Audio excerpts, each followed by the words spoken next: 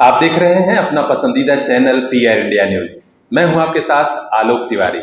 तो आइए नजर डालते हैं आज की खास खबरों पर। आजमगढ़ की सभी चर्चित सीटों पर बड़ी पार्टियों के उम्मीदवारों का नामांकन दाखिल होने लगा है। सदर विधानसभा सीट पर बहुजन समाज पार्टी के नेता और प्रत्याशी सुशील कुमार सिंह का पर्चा दाखिला आज ही हुआ।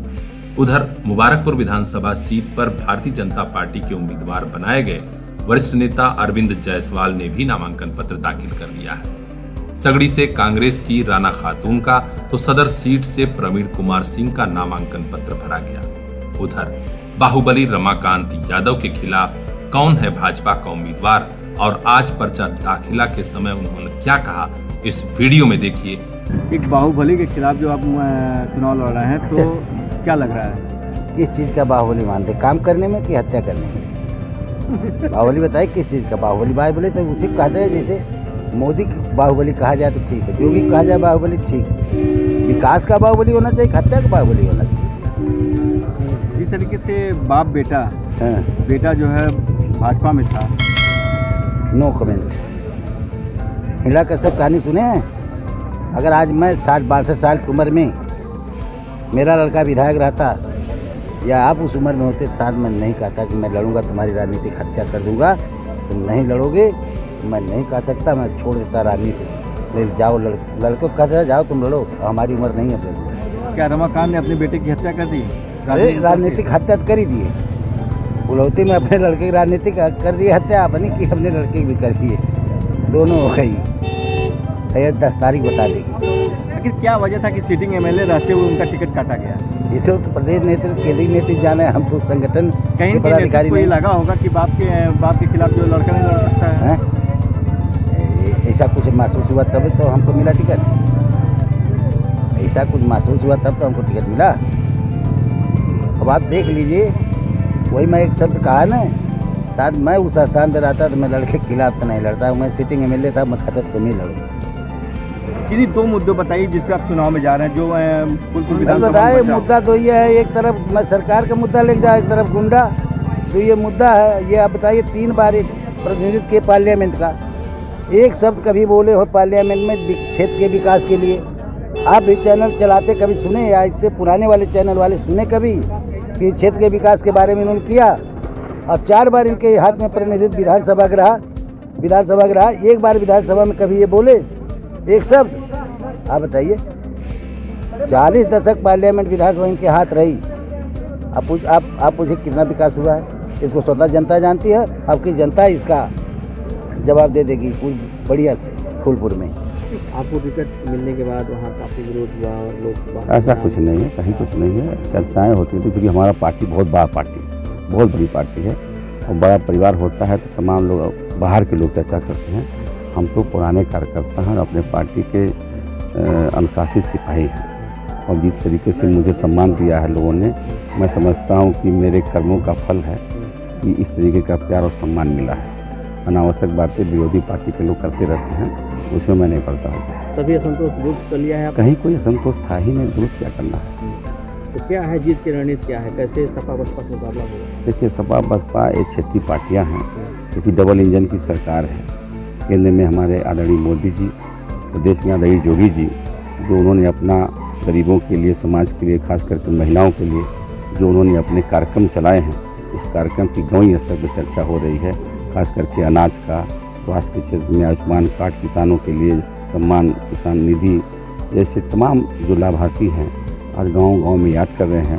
और दूसरी सबसे बड़ी बात है कि हमारा ये संगठन का जो ढांचा है वो बहुत मजबूत है। गाँवी स्तर तक हमारे हर बूथ पे लोग हैं, हमारे पन्ना प्रमुख हैं, हमारे त्रिदेव हैं, उनके जो संख्या है वो एक बहुत बड़ी संख्या है। तो हमारे सड़क पे तो कम दिखाई देंगे लोग, लेकिन साइलेंट वे में हमारा काम चल रहा है और चुनाव जीत के हम आएंगे। बहुत सालों से आजमगढ़ सदर सीट पर कांग्रेस नहीं जीत सकी है, क्या रणनीति बनाई है? देखिए, हम और हमारी नेता ने भी, आपने देखा होगा कि जब भी बोल रही हैं, हम लोग सिर्फ एक बात कह रहे हैं कि 22 वर्षों का मेरा राजनीतिक संघर्ष है। मैं छात्र राजनीति से आता हूँ, डिग्री कॉलेज का अध्यक्ष रहा, विश्वविद्यालय की राजनीति किया। और सिर्फ मेरा एक कहना है, कहते हैं ना कि हानि लाभ जीवन जस विध्यात, लेकिन विधानसभा प्रत्याशी बनने के पहले जो ही प्रत्याशी था उसका इतिहास मैं पहले भी कह चुका हूँ कि एक व्यक्ति जेल में बंद था, उसको जनता ने जीवन दान दिया था क्योंकि उसका काउंटर हो सकता था, इसलिए चुनाव जीता। तब 40% से लोगों के बीच आ जा रहा है। एक व्यक्ति बहुत बड़ा ठेकेदार था, उसके तमाम रिश्ते नाते थे, तब आया और लहर में पैदा हुआ।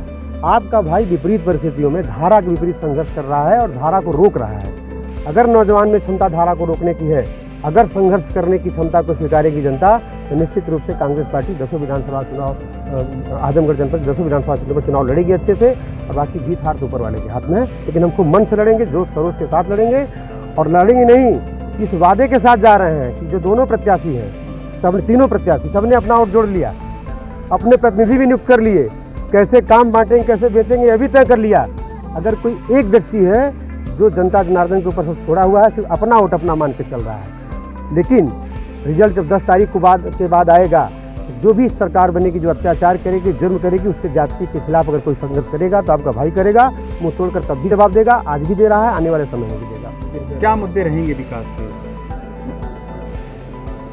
महंगाई, बेरोजगारी, भ्रष्टाचार, अत्याचार। अगर आप चुनाव जीतती हैं तो सगड़ी विधानसभा में क्या ऐसा रहेगा जो आप जीतने के बाद करवाएंगी, विकास कार्य जो रहेगा? क्या महसूस करती हैं? अभी समय आने दीजिए। कुछ भी तो आपने सोचा होगा, मान लिया कुछ कर रहे हैं काम, जैसे आपने बहुत। मैं उत्तर प्रदेश की सगड़ी विधानसभा को सबसे विकसित विधानसभा बना के छोड़ूंगी। मैं राना खातून। इन्हीं दो मुद्दे क्या है आपके एजेंडा, क्या है, किस मुद्दे पर चुनाव लड़ रहे हैं बहुजन समाज पार्टी? बहुजन समाज पार्टी चुनाव यहाँ विकास के मुद्दे पर लड़ेगी। आजमगढ़ में सदर में 40 वर्षों में एक विधायक दुर्गा प्रसाद यादव जी हैं, कोई विकास नहीं किए। हमारा मेन एजेंडा है कि सदर विधानसभा में विकास की मुद्दा पर चुनाव लड़ा जाएगा।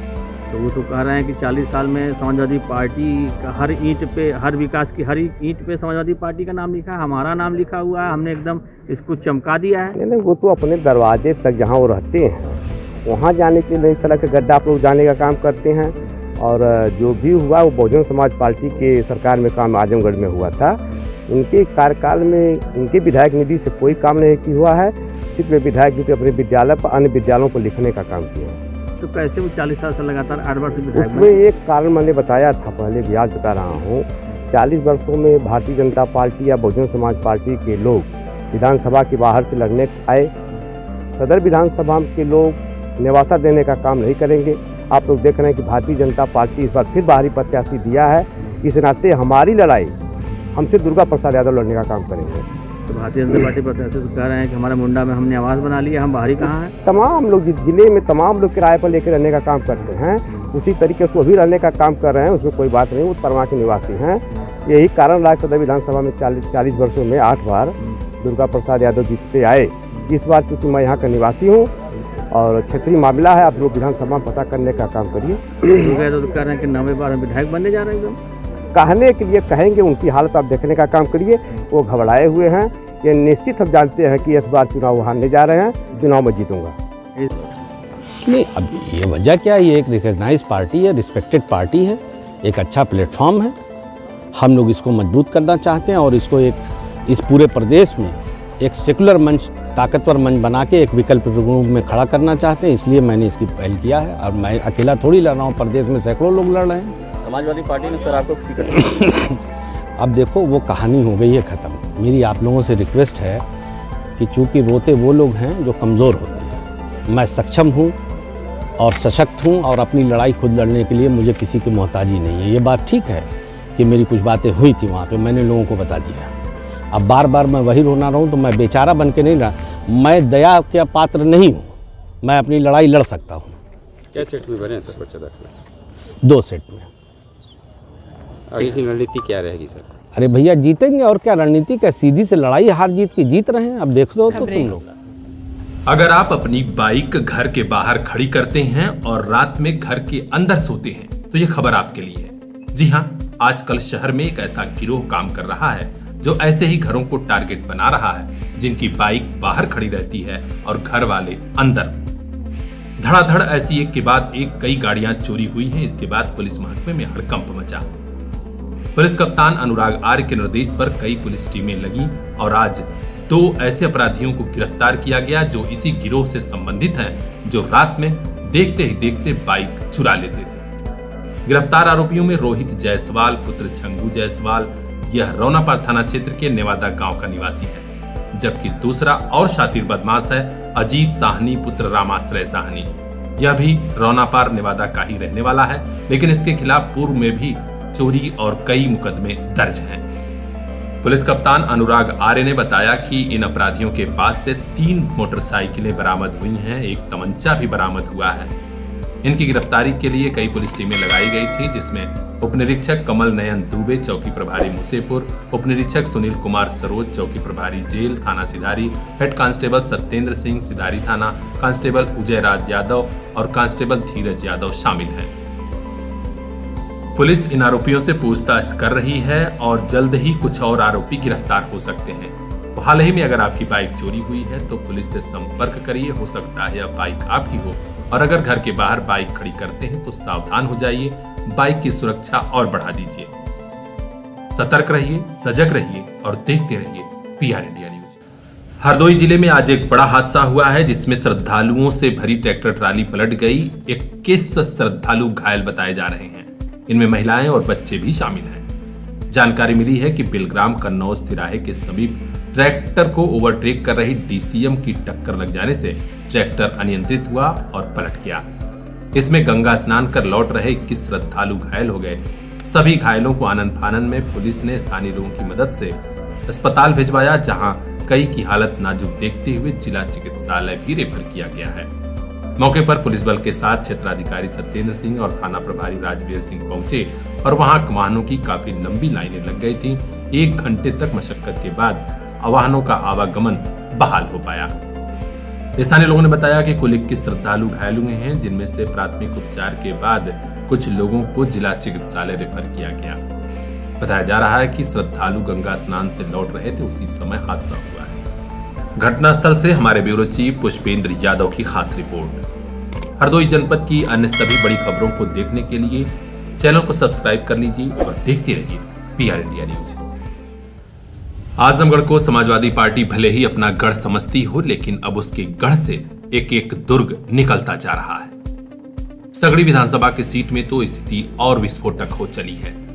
यहां अपने ही प्रत्याशी का विरोध झेल रही समाजवादी पार्टी और उसके नेताओं को समझ में नहीं आ रहा है कि क्या करें।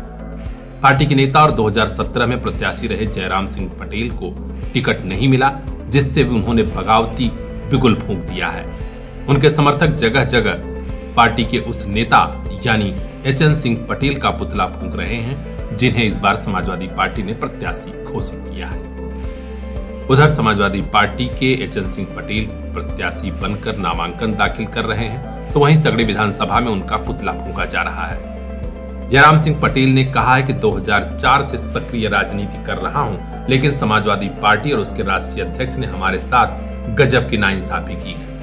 उन्होंने कहा कि पहले तो हमारा टिकट काटा गया, उसके बाद में राष्ट्रीय अध्यक्ष अखिलेश यादव से मिलने गया तो उन्होंने बात करना भी जरूरी नहीं समझा।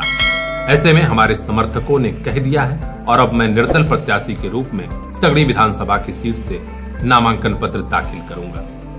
हमारे समर्थकों और कार्यकर्ताओं की बेइज्जती हो रही है, ऐसे में मैं उनके सम्मान के लिए विधानसभा सगड़ी से प्रत्याशी बनकर लड़ूंगा।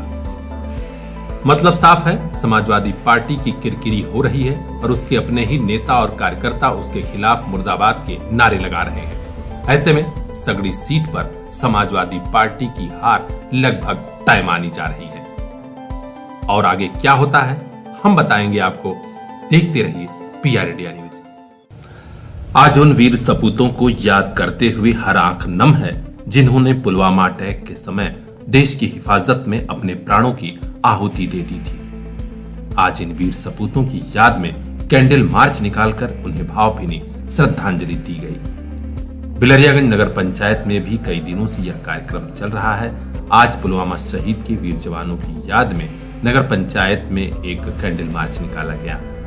बिलरियागंज नगर पंचायत के बघेला से शुरू हुआ यह कैंडल मार्च शहर के विभिन्न रास्तों से होकर गुजरा। ऐसा ही एक कैंडल मार्च विकासखंड के लंगड़पुर गांव में सोमवार की देर शाम को भी निकाला गया। बड़ी संख्या में स्थानीय लोग इसमें शामिल हुए और सभी ने कहा कि मां भारती की वीर सपूतों की बदौलत ही हमारा देश आजाद है और उन्हीं की बदौलत हम खुली हवा में सांस ले रहे हैं। नमन है उन जवानों को जिन्होंने हंसते हुए अपने प्राण न्यौछावर कर दिए। ब्यूरो चीफ बजरंगी विश्वकर्मा की खास रिपोर्ट, पीआर इंडिया न्यूज। समाज में बदलाव तो आया है, लोग मानने लगे हैं कि बेटियां बोझ नहीं होती, लेकिन गरीब परिवारों में बेटियों की शादी अभी भी एक बड़ा बोझ है। ऐसे में आजमगढ़ के सामाजिक संगठन प्रयास ने कई बेटियों की शादी में मदद करके एक मिसाल कायम की है।